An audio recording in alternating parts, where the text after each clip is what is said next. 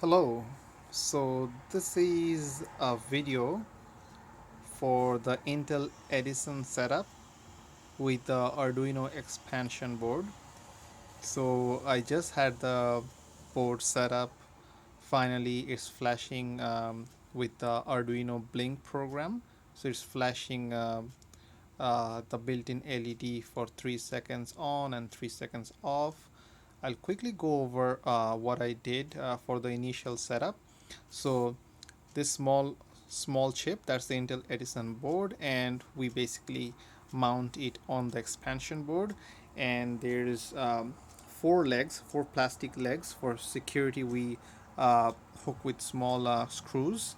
uh, it needs 7 to 15 volt minimum 1.5 amps DC power. So that's for the DC power.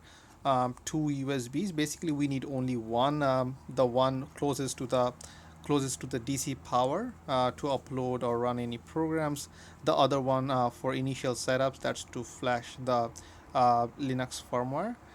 And to get started, once we download the software from the Intel software site, so that's the Windows 64-bit setup tool.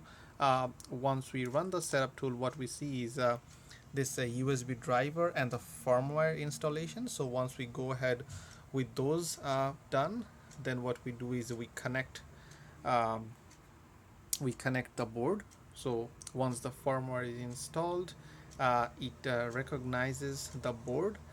Initially, there was a different setup where we set up the USB driver first and then use the leftmost USB to flash the firmware.